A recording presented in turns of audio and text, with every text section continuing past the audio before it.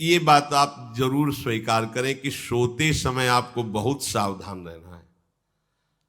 और प्रायः गलती सोते समय करते हैं उपासक की, कोई प्रपंच की बात याद करते हुए या मोबाइल देखते हुए या कोई गंदी चेष्टाओं का चिन्ह, आपकी रात बेकार चली जाएगी। अगर गंदी चेष्टा हो गई तो सुबह भी बेकार हो जाएगी, दिन भी बेकार हो जाएगा, निरुत्साहित हो जाओगे। सोते समय आपको समय नहीं देना व्यर्थ चिंतन का। उसी समय विषय चिंतन होता है, उसी समय विषय भोग की आकांक्षा जागृत होती, उसी समय विषय देखने की इच्छा होती। मोबाइल है तो जिस समय आप अपनी शैया पर जाएं स्विच ऑफ कर दें। उसमें मैसेज घंटी आने का कोई भी रास्ता मत रखें। मान लीजिए आप उपासक हैं भगवत प्राप्ति के, 30-35 वर्ष ये नहीं था तो सब मर नहीं गए थे। और बोले इमरजेंसी, जब इसकी 30-35 वर्ष से पहले इसकी कोई रचना नहीं थी, मुझे लगता है, क्योंकि 30-35 वर्ष में ही इसका विस्तार देखा है। नहीं तो कभी किसी के पास मोबाइल नहीं। कोई बड़े अधिकारी तो इतना बड़ा वो, इतना बड़ा वाला वो ऐसे रखते थे। नहीं तो मोबाइल तो हमें लगता है 30-35 वर्ष। तो फिर इमरजेंसी कैसे चलती थी? कैसे चलती थी इमरजेंसी? और आप ब्रह्मा हो क्या कि इमरजेंसी संभाल लोगे? स्विच ऑफ करो। जो सब इमरजेंसी संभालने के लिए तैयार, रात दिन न सोता है, वो हर समय जागृत रहता है, वो हमारा आराध्य देव है। स्विच ऑफ करो, चिंतन लगाओ श्री जी का। ये जो रात्रि के शयन के समय मोबाइल में इधर उधर दृश्य देखने हैं, अपने सर्वनाश का बीज बोना है। मान लो, हमारी प्रार्थना मान लो, ये उस समय मन आपको परेशान करेगा जब कमरे की सिटकिनी अंदर से बंद होगी। सबसे प्रार्थना है रात्रि के शयन के समय। तो बोले फिर ठीक है 10 बजे तक देख लेंगे मोबाइल, इसके बाद शयन के समय भजन कर लेंगे। होगा ही नहीं। क्या तुम देखना चाहते हो? प्रिया प्रीतम के सिवा और कुछ क्या देखना चाहते हो? वो तो सुभग सुंदरी सहज सिंगार, सहज शोभा सर्वांग प्रति सहज रूप वृषभानुनंदिनी। हमारी स्वामिनी जी की सुंदरता छुपाने के लिए आभूषण पहनाए जाते हैं, औरों को तो आभूषण सुंदरता बढ़ाने के लिए। यहां छवि के छिपाए बे को ऐसे के दास होके क्या देखोगे मोबाइल में? क्या देखना चाहते हो? वासना की क्रीड़ा, और तुम उस क्रीड़ा को देखना चाहते हो?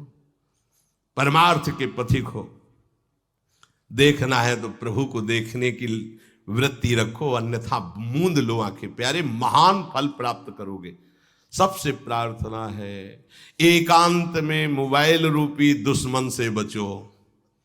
क्योंकि जब आप गंदी बात कहीं देखोगे तो आपके अंदर वैसे ही चिंतन बनेगा, वो ऐसे ही लगेगा मैं भी ऐसा करूं, मैं भी ऐसा भोगूं, मैं भी ऐसा देखूं। मान लीजिए आप, जब हमारे शास्त्र कहते हैं कि पशु पक्षियों के मैथुन को भी नहीं देखना है, अगर ऐसा एक बार दृष्टि पड़े तो मानसिक प्रणाम करके दोबारा दृष्टि ना देना।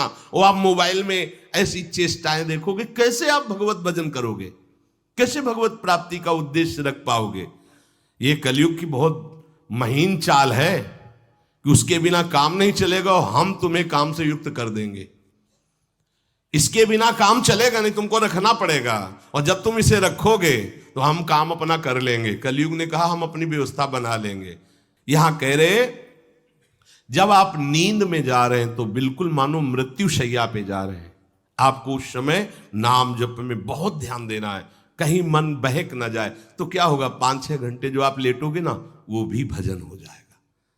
हमारा जो सततम योमाम स्मरति नित्यशा है ना, ये पूरा हो जाएगा। नहीं उस समय हम सो जाएंगे तो हमारा 6 घंटे का वियोग हो गया, 6 घंटे भजन रुक जाएगा। और ये 100% पक्की बात अनुभव की कहते हैं, यदि सोते हुए भजन करोगे तो जगते। कई बार तो पकड़ा है कि अगर आधे पद में बेशुद्ध हो गए तो वो पद पूरा जगते ही शुरू हो गया है। मतलब बीच में स्थिति भागवती की रही। जैसे बेहोश करते समय हमने कहा था जब ऑपरेशन के हमें बता देना, तो उनका बाबा अब इंजेक्शन लगाने वाले हैं तो वो 1 मिनट हमें केवल दीजिए, अपनी चित्तवृत्ति। तो जब होश आया तो वही पहले चिंतन चल रहा था, वही चिंतन। जैसे सोने के समय बेहोश हुए तो जगने के समय वही चिंतन, ऐसे ही इंजेक्शन से जब बेहोश हुए और जब होश आया तो वही चिंतन चल। बहुत बड़ा चमत्कार अभ्यास का है। नींद खुले तब से लेकर गाढ़ नींद आने तक स्मरण में कभी रुकना नहीं।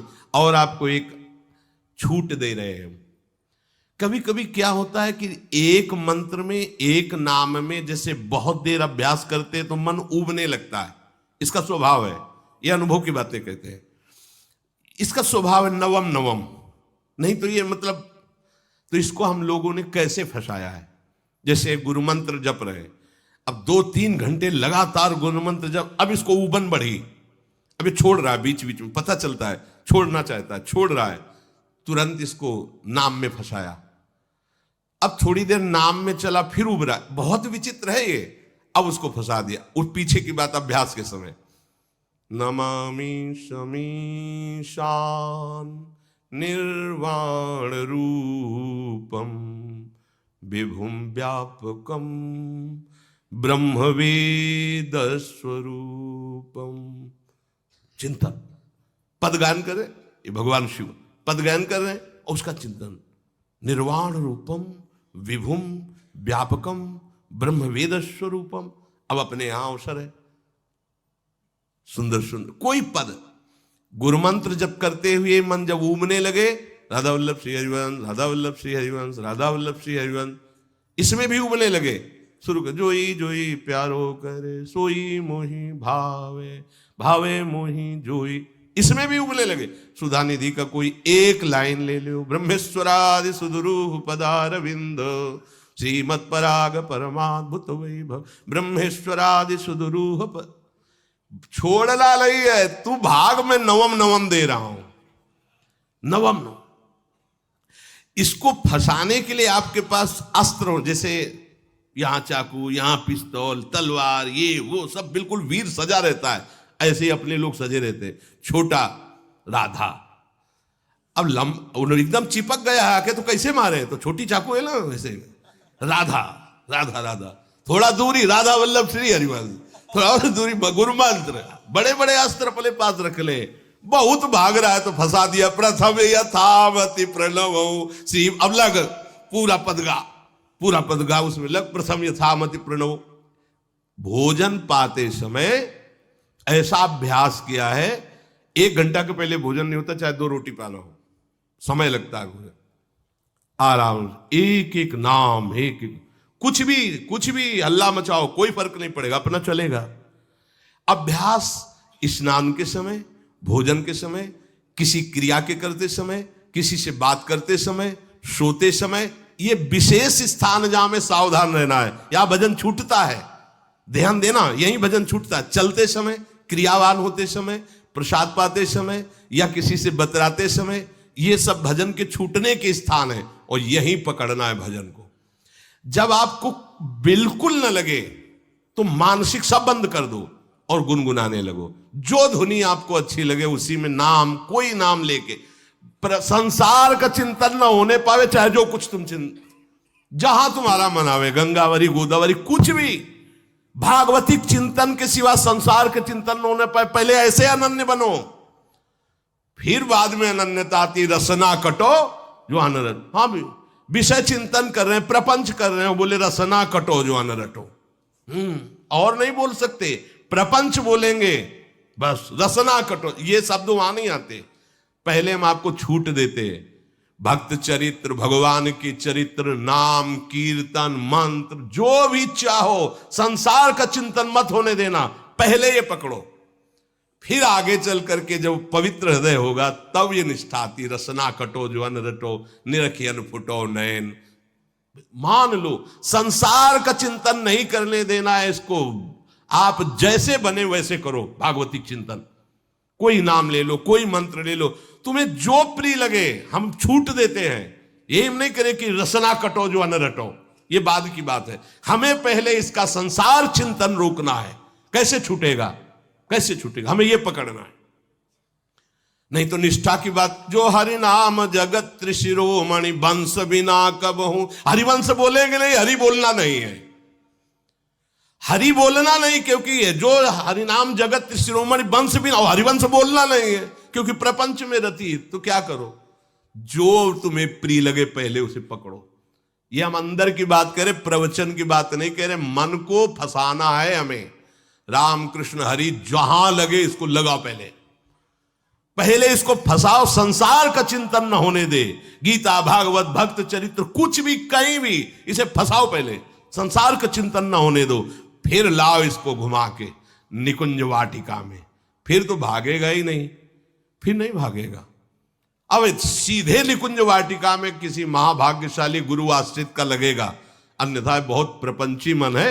आप आश्रय इधर का लोगे, प्रपंच का चिंतन करोगे, बात बनेगी नहीं। चिंतन छोड़ना है हमें, जैसे बने तैसे संसार का चिंतन छूट जाए तो हम विजय को प्राप्त होंगे। ध्यान दीजिए, इस परमात्म तत्व को वही प्राप्त कर पाता है जिसका राग बीत गया है, खत्म हो गया है, वैराग्यवान। ज्यादा परिश्रम नहीं है वैराग्य में, विवेक नहीं होने के कारण हम वैराग्य नहीं धारण कर पाते। हम बाहरी बातों को वैराग्य ले लेते हैं, ऐसा कपड़ा बदल लेना या कपड़ा ना पहनना या लौकी का कमंडल, मिट्टी का पात्र, तो हम अपने को वैरागी। बात यहां नहीं रुकेगी। वैराग्य का इतना ही मतलब नहीं, ये भी एक बाह्य अंग है वैराग्य का, पर वैराग्य का सच्चा स्वरूप है वीतरागा। कहीं कुछ भी अच्छा नहीं लग रहा, कोई भी सुख आकर्षित नहीं कर रहा, लोक लोकांतर की प्रतिष्ठा, मान, सुख, ऐश्वर्य, व्यक्ति, कुछ अच्छा नहीं। राग खत्म हो गया। ऐसा उस अक्षर ब्रह्म को, अविनाशी तत्व को जान पाता है। जगते भयो फिरे बैरागी। जैसी हरिवंश प्रपंच बंच सब ये काल ब्याल को खायो। हालत यह है कि जैसे सांप ने मेढक को पकड़ रखा और मेढक सामने पतिंगा को, कीड़े को पकड़ना चाहता है। उसे यह पता नहीं कि मैं खुद किसी का कवल बन चुका हूं, वो एक झटके में मुझे अपने पेट में ले जाएगा। ऐसे ही हम सब हैं, काल के द्वारा ग्रसित है। काल ने हमें पकड़ रखा है, पर हम भोग भोगना चाहते हैं। हम नाना प्रकार की मान प्रतिष्ठा पाना चाहिए, ये पता नहीं एक झटके में हमारा अस्तित्व ही खत्म हो जाएगा। जिनके अंतःकरण में किसी भी व्यक्ति, वस्तु, स्थान, पद, प्रतिष्ठा का राग ही नहीं रह गया है, उसे कहते हैं वैराग्य वान। वीतरागाह, राग ही नहीं है। जिनका अंतःकरण निष्पाप निर्मल हो चुका है, जिनके हृदय में केवल भगवत प्राप्ति की उत्कट लालसा जागृत हो गई है, ऐसा साधन संपन्न उपासक परमात्म तत्व में प्रवेश पाता है। अध्यात्म मार्ग की ऊंचाई पर वो स्थित हो जाता है। यदि छंतु ब्रह्मचर्यम चरंती, जिनकी इच्छा एकमात्र भगवत प्राप्ति की है, यदि छंतो, तो उनको क्या करना होगा? ब्रह्मचर्यम चरंती, ब्रह्मचर्य का पालन करना होगा। प्रत्येक इंद्रियों का निर्विषय हो जाना वास्तविक ब्रह्मचर्य है। केवल जनेंद्रिय से ही ब्रह्मचर्य को नहीं लेते। हमारी प्रत्येक इंद्रिय भोगों से रहित होकर भगवत अनुराग में, नेत्र प्रभु को देखना चाहते हैं, त्वगेंद्री प्रभु को स्पर्श करना चाहती है, घ्राणेंद्री प्रभु के श्री अंग की गंध पाना चाहती है, श्रवणेंद्री प्रभु के वचन सुनना चाहती है। एक एक इंद्रिय अपने प्रभु में लग गई, अंतर्मुख हो गई, बाहर विषयों का त्याग हो गया। इसे ब्रह्मचर्य कहते हैं। पर प्रारंभिक ब्रह्मचर्य में जनेंद्रिय का ब्रह्मचर्य अत्यंत आवश्यक है। यदि जनेंद्रिय जन्य व्यभिचार दोष से युक्त है तो कदापि उसे भगवत प्राप्ति नहीं हो सकती। शुभ गति व्यभिचारी शुभ गति चाहे असंभव। और भगवत मार्ग में सबसे बड़ा दुश्मन यही व्यभिचार दोष है, काम। इसी से हमारा हृदय मलिन होता रहता है, अंधा बटे और बड़ा चबाए वाली दशा रहती है। कहते हमें 50 वर्ष हो गए। अरे 50 जन्म हो जाए तुम व्यभिचार करो, गंदी बातें करो, गंदे चिंतन करो, सो समय व्यतीत करें। अनंत जन्म व्यतीत हो गए, भगवत प्राप्ति हुई क्या? 50 वर्ष से भगवत प्राप्ति हो जाएगी क्या? 5 मिनट काफी है भगवत प्राप्ति में। एक बार नाम काफी है। वो स्थिति तो लाओ। बार बार बहिर्मुख वृत्तियों के द्वारा विषयों में सुख बुद्धि कर लेने से हमारा सारा का सारा अध्यात्म चिंतन बदलता रहता है, इसलिए लाभ नहीं मिल पाता, एक रस चिंतन नहीं रह पाता। बार बार विक्षेपी विषय करते रहते हो, हम सहते रहते हैं और भोगते रहते हैं। एक बार तो हिम्मत करके उठो। अवलो नशानी अब ना नशई हो, एक बार तो दृढ़ बनो। बस मन के अनुकूल चलने की बात को तुम्हें रोकना होगा, तभी तुम्हारे अंदर यदि क्षण तो ऐसी इच्छा जागृत होगी। पक्का पक्का ऐसा ही है। जब हम किसी विषय के वेग को सहते हैं, विषय नहीं भोगते, तो मन बहुत जलाता है। उस जलन में फिर एक ही बात होती है, बस भगवत प्राप्ति हो जाए, झंझट खत्म हो जाए। कब तक हम इसमें चलेंगे? एक बार भगवत, वो जलन हमको भगवत प्राप्ति की इच्छा प्रकट करती है। अपने लोग क्या करते हैं? जलन को मिटाने की कोशिश करने लगते हैं, तो भगवत प्राप्ति की इच्छा क्या, भोग प्राप्ति की तृष्णा जागृत हो जाती है। भोगे हुए भोगों को बार बार भोगने की इच्छा का नाम तृष्णा है। बाहर और भीतर से कोई सहयोगी नहीं, जल रहा है उपासक, तब रास्ता निकलता है भगवत प्राप्ति का, तब इच्छा प्रकट होती। अब नहीं, बहुत जल लिया, अब तो केवल प्रियाजू के समीप जाना है, अब तो प्रभु के सानिध्य में रहना है, नहीं इन भोगों की जलन में जलना है। पर यहां तक पहुंचने के लिए जलना होगा, तभी लिखा सहित सहित बाढ़ है भगति तास्तिति क्षस्व भारत, क्योंकि आगमा पाइनो अनित्यास, ये नाशवान काम क्रोधादि तुम्हें प्रेरित करेंगे, तुम इनके वेगों को सह जाओ। ये स्थायी नहीं है, आगमा पाइनो है, आने जाने वाले हैं, और ये सहन करने से नष्ट होते हैं, भोगने से बढ़ते हैं। यदि क्षंतो, अगर भगवत प्राप्ति की इच्छा है तो ब्रह्मचर्यम चरंती, ब्रह्मचर्य का पालन करना ही होगा, इसमें कोई गुंजाइश नहीं, क्योंकि आप चल ही नहीं सकते। ध्यान से सुन लो, ये मनोरंजन का मार्ग नहीं है, इसमें मन ही मार तनहारिक वृंदावन में गाज, इसमें मन मारना होगा। प्रायः ये मन को दुलार करने वाले लोग कभी भाग्य से सत्संग में भी आ जाते हैं, कभी श्री विग्रह के दर्शन करने भी मंदिर पहुंच जाते हैं, कभी तीर्थ याटन भी करते हैं, पर इनका कोई लक्ष्य नहीं होता।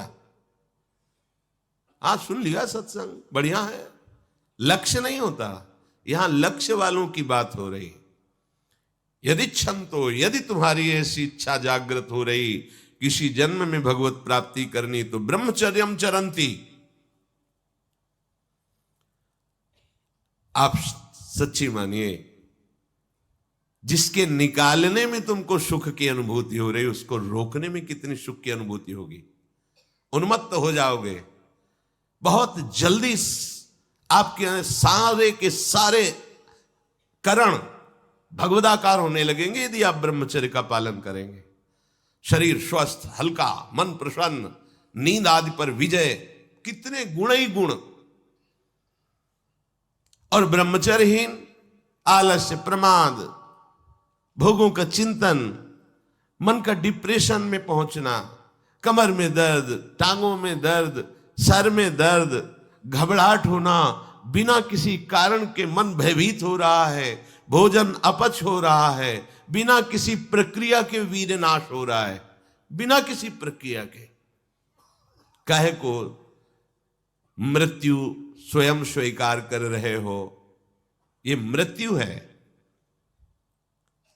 चाहे भगवान दत्तात्रेय जी बोल रहे हैं या भगवान कपिल देव जी बोल रहे हो, जब उपासक को संबोधन करते हैं भगवत प्राप्ति के लिए, तो कहते हैं कि इस भोग वृत्ति को साक्षात मृत्यु रूप देखो, ये मृत्यु है तुम्हारी। जब शरीर राग त्यागना है तो तुम शरीर से भोग भोगोगे तो आसक्ति शरीर की पुष्ट होगी, आसक्ति भोग सुख की पुष्ट होगी, है नहीं। कितने दिन शरीर रहेगा, कितने दिन भोग रहेंगे। विचारवान बनो, ब्रह्मचर्यम चरंती, ब्रह्मचर्य का पालन करो। उपासक जो ब्रह्मचारी होता है उसका खिला हुआ चेहरा रहता है, जैसे कमल खिला हुआ, बिना किसी कारण के उसकी मुख मुद्रा में प्रसन्नता होती है। जो ब्रह्मचर्यहीन होता है बुझा हुआ चेहरा होता है, तेजहीन, बिना किसी कारण के वो शोकग्रस्त लगता है। बैठा है, आपको लग रहा है शांत है, लेकिन आप चेहरे को देखो, वो एक शोकग्रस्त है, कुम्हलाया हुआ चेहरा, अशांत चेहरा। मुख प्रसन्न, तन तेज विराजा, यह है ब्रह्मचर्यम चरंती, भगवत आराधन संपन्न उपासक का। जैसे आग में पैर रखते हुए कोई चले तो कैसे चलेगा, ऐसे ही ब्रह्मचारी की पहचान है। इतनी स्फूर्ति उसके अंदर होती, जैसे आग में चलने वाला पूरा पैर नहीं रख पाएगा, अगला कदम रख देगा क्योंकि ताप लग रहा है, ऐसे उसकी स्फूर्ति होती पैरों में। उसकी आंखें एकाग्र रहती है, चंचलता इधर उधर या बार बार झपकना यह विषयी पुरुष का लक्षण है। बार बार पलक झपकना यह विषयी पुरुष का लक्षण है। इधर उधर ताक झांक, चंचलता, ऐसा बैठे तिनका तोड़ रहा है, पैर हिला, ये सब विषयी पुरुष के लक्षण है। ये तो बिल्कुल साधारण स्पष्ट दिखाई देता है आदमी विषयी है या ब्रह्मचारी, एक सेकंड में लक्षण होते हैं। आपको जब भगवत मार्ग का अवसर मिला है तो गृहस्थ हो, संतान हो गई, ब्रह्मचर्य से रहो। नहीं चाहिए संतान तो भ्रूण हत्या, गर्भ हत्या जैसे महापाप करने की क्या जरूरत है।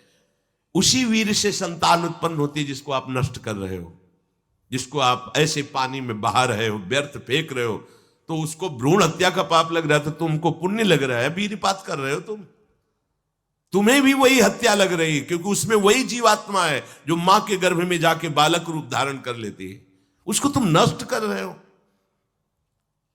पर बुद्धि भ्रष्ट हो गई है, समझ में नहीं आता, व्यर्थ में वीरपात करते हो, व्यर्थ में। तुम्हारा भजन बनेगा, तुम अध्यात्म के योगी बनोगे, मजाक है अध्यात्म का मार्ग। होश में हो जाओ, ये मन के दुलार को बंद करो। जब तक इच्छा ही नहीं भगवत प्राप्ति की तो फिर तुम कैसे भगवत प्राप्ति कर पाओगे। भगवत प्राप्ति की इच्छा कैसे होगी जब तुम्हारी इस तरह से निंदनीय वृत्तियां हैं। इंद्रियों को दुलार कर रहे हो, मन को दुलार कर रहे हो, भगवत प्राप्ति चाहते हो। आचरण नीच और